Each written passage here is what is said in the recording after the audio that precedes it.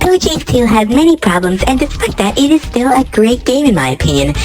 But it unfortunately left the light and was recently overshadowed by Forsaken ever since the PCX update.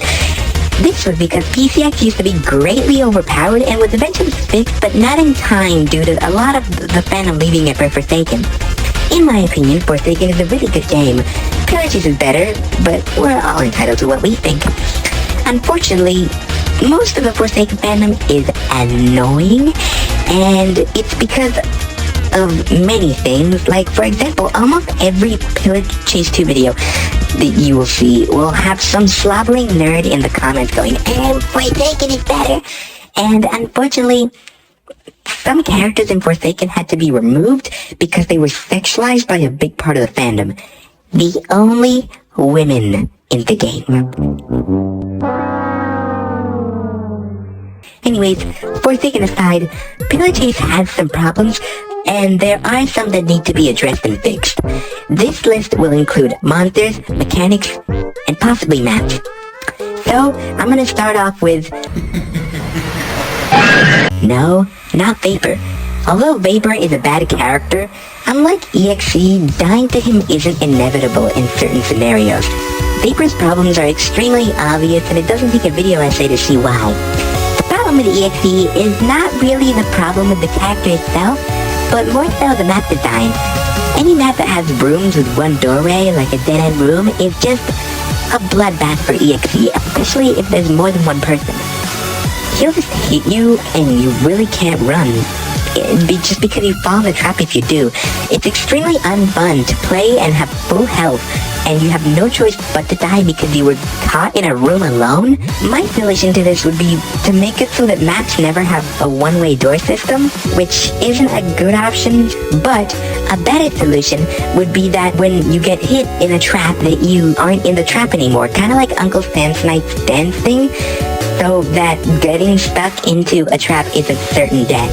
If he's near you, of course. Go on now. Lay down the beat for me.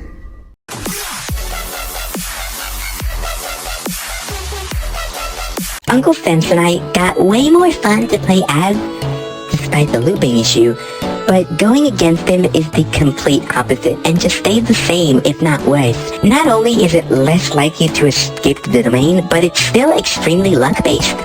I have a few recommendations that can make this problem disappear and make whether you escape the domain skill-based and not just luck-based. One, and probably the better solution, would be making it as...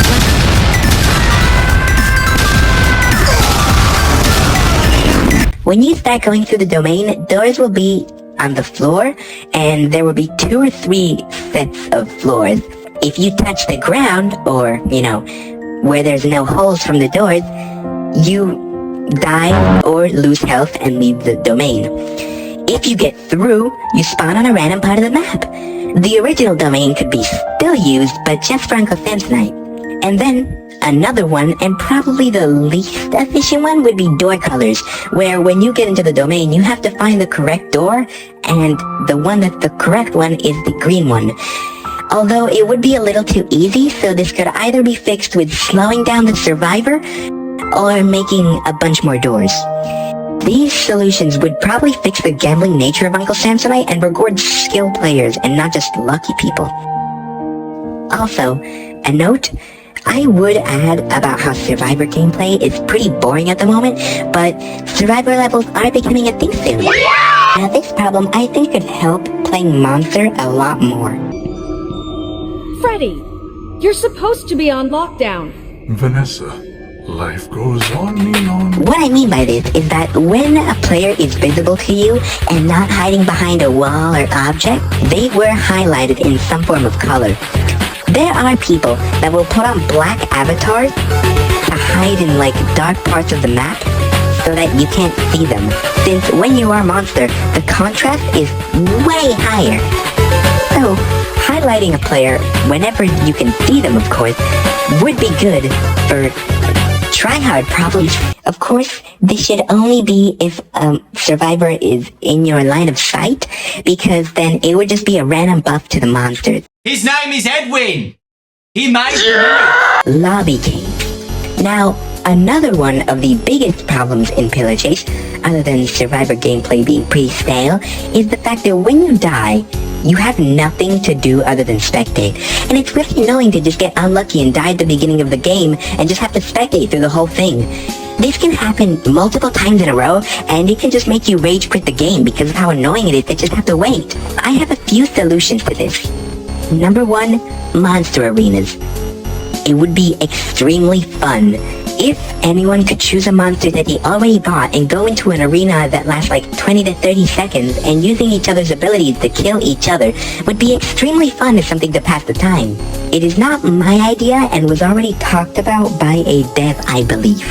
Next one is a themed obby, where you can play on an obby that's themed off of various maps.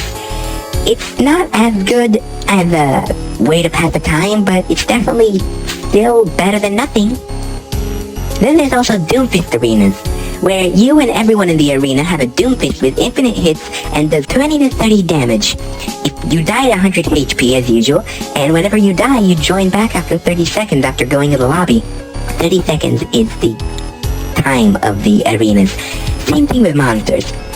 Lemon Funky is a kind of good solution, although getting really boring after a while due to it being always the same songs and only being accessible to PC and console, but it's really bad for console, so it's not gonna Right, look, full moon. Oh no, Jesse, run!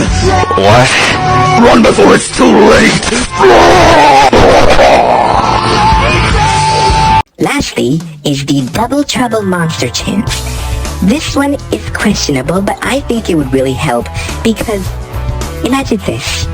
You're about to be next. Oh, game is Double Trouble. Time to play. And guess what? You got picked. You could have had a really fun solo monster game where you not only get your own XP, but actually get to play for longer, but someone picked you out of spite or just random stupid jealousy and lost all your monster chance and don't get to play.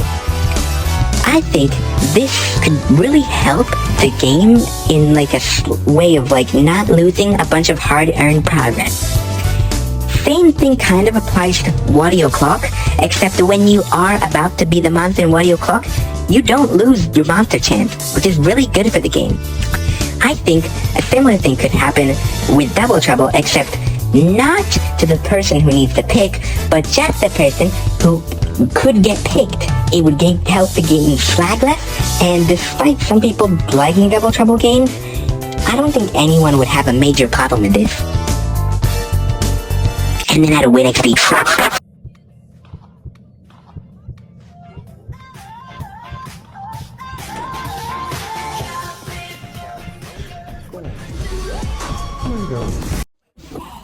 My videos are goated. Your videos are goated? Say I'm Sigma. You're Sigma. Say they should all subscribe to me. Fine. Subscribe to her. Good.